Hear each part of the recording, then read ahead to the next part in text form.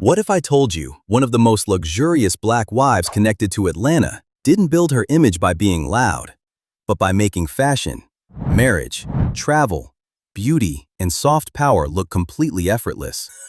No messy controversy, no fake rich performance, no trying too hard energy, just elegance, access, confidence, and the kind of lifestyle that makes people stop scrolling without even knowing why. That woman is Marjorie Harvey. And what makes her story work so well is that she never feels like somebody chasing luxury. She feels like somebody who already lives inside it.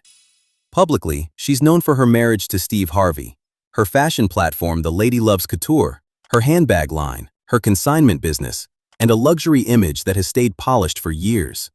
And in Atlanta, a city with a long reputation as a black Mecca, that kind of presence means something. Because Atlanta has never just admired money. Atlanta admires style. Atlanta admires confidence. Atlanta admires the kind of success that looks good, feels smooth, and carries cultural weight. So how did Marjorie Harvey become one of the most recognizable symbols of black luxury wife energy tied to Atlanta? Point 1. Before anything else, she understood how luxury is supposed to look.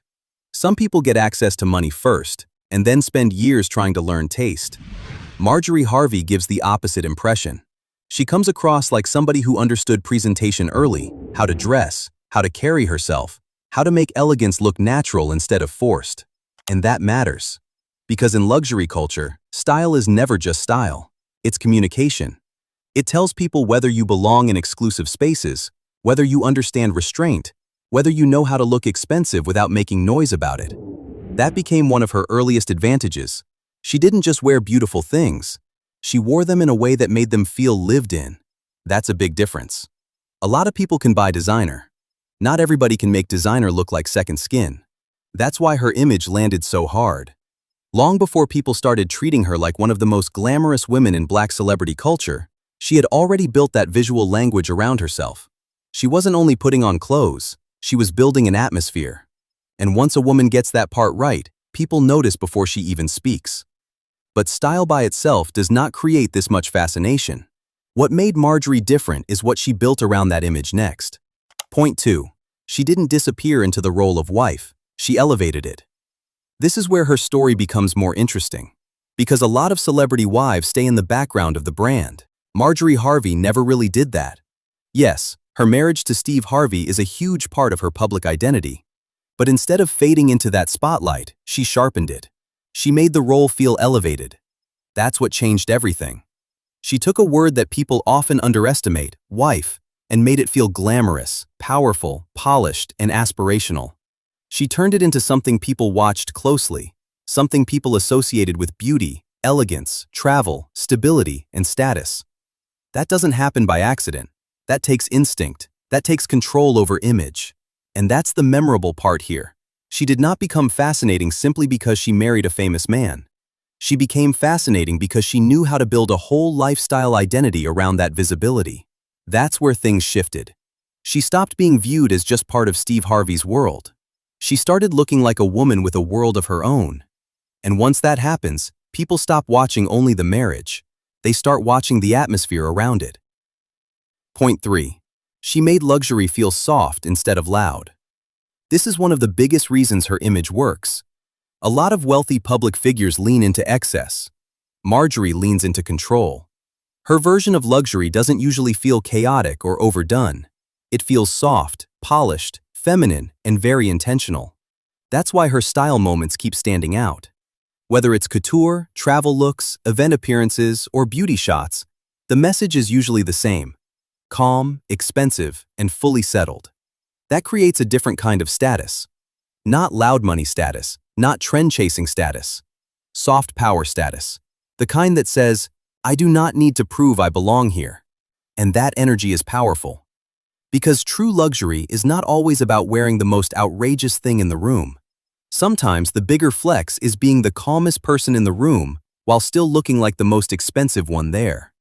That's what Marjorie Harvey's image does. She does not come across like somebody using luxury to make a statement. She comes across like somebody for whom luxury is already normal. And when wealth starts looking normal around a person, people pay even more attention. Because now the question is no longer, can she afford this? The question becomes, How deep does this world around her really go? That is where admiration starts turning into intrigue, and intrigue is what opens the door to business. Point 4. She didn't just wear luxury, she found ways to build around it. This is where the story gets smarter, because admiration is good, but turning admiration into something tangible is better. Marjorie Harvey did not leave all that style attention floating in the air. She built around it through the Lady Loves Couture, her online luxury consignment business, and her handbag line. That matters because it shows intention. It means she understood something a lot of public figures miss. Once people trust your taste, they are often willing to buy into the world behind it. That is a real advantage. A lot of people get compliments on style. Very few turn that into an actual lane. She did, and that's the memorable part here. She didn't let her image stay decorative. She gave it structure, a store, products, a direct point of connection between her public image and the people drawn to it. That's when fashion stops being surface, it becomes a business tool. And once image becomes a business tool, luxury starts looking a lot less random. It starts looking strategic. But fashion business alone is still not enough to create this kind of aura, because the lives people find most fascinating are not built only on products, they're built on access. Point 5. She made elite access look comfortable. This is one of the strongest things about Marjorie Harvey's image. She moves through luxury spaces in a way that feels familiar. Designer events, international trips, fashion week energy, high-end getaways, polished social settings, the kind of lifestyle people associate with serious money and serious invitation. But what makes it land is the way she carries it. It doesn't look like she's visiting a luxury world for the first time.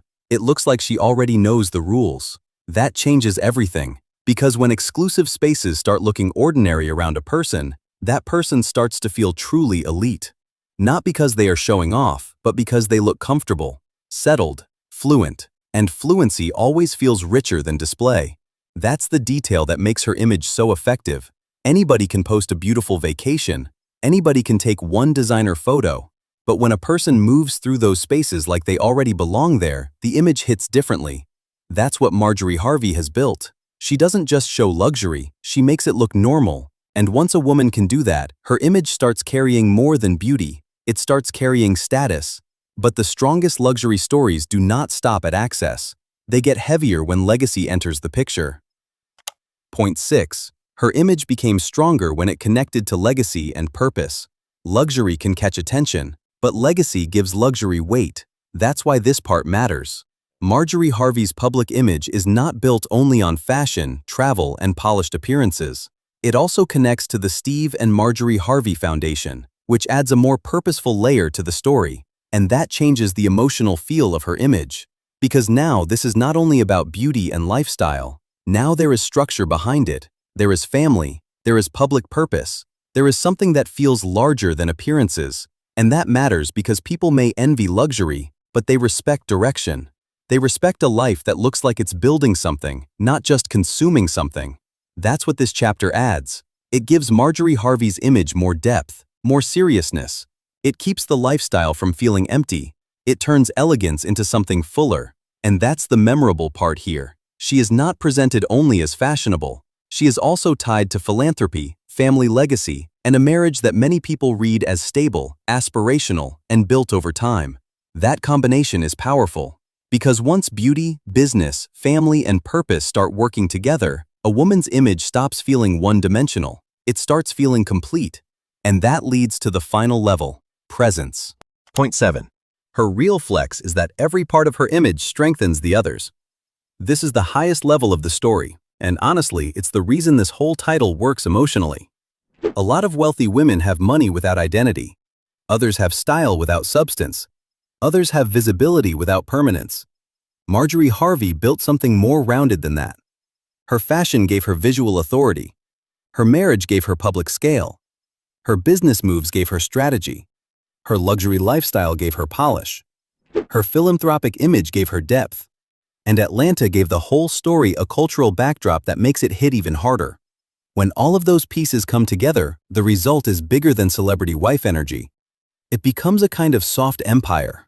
That's what makes her so compelling, not that she is loud, not that she is controversial, not that she is constantly demanding attention. It's the opposite. She feels composed, curated. intentional. Everything about the image points in the same direction: the fashion, the beauty, the travel, the marriage, the calmness, the elegance. It all says the same thing: she belongs in luxury.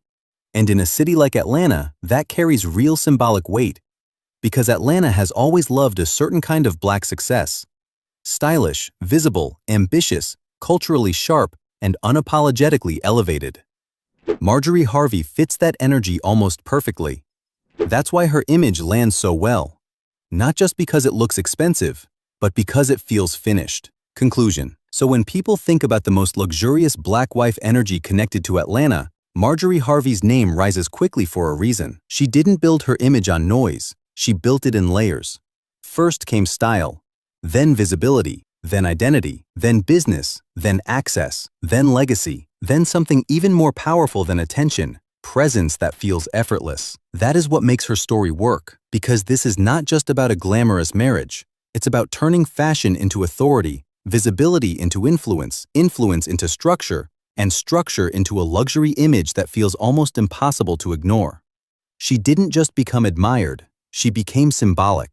If you enjoyed this video, subscribe for more stories on Black wealth, luxury wives, quiet power, Atlanta status, and the icons who turn soft life into real influence. Because sometimes the biggest flex isn't the bag, the trip, or the outfit.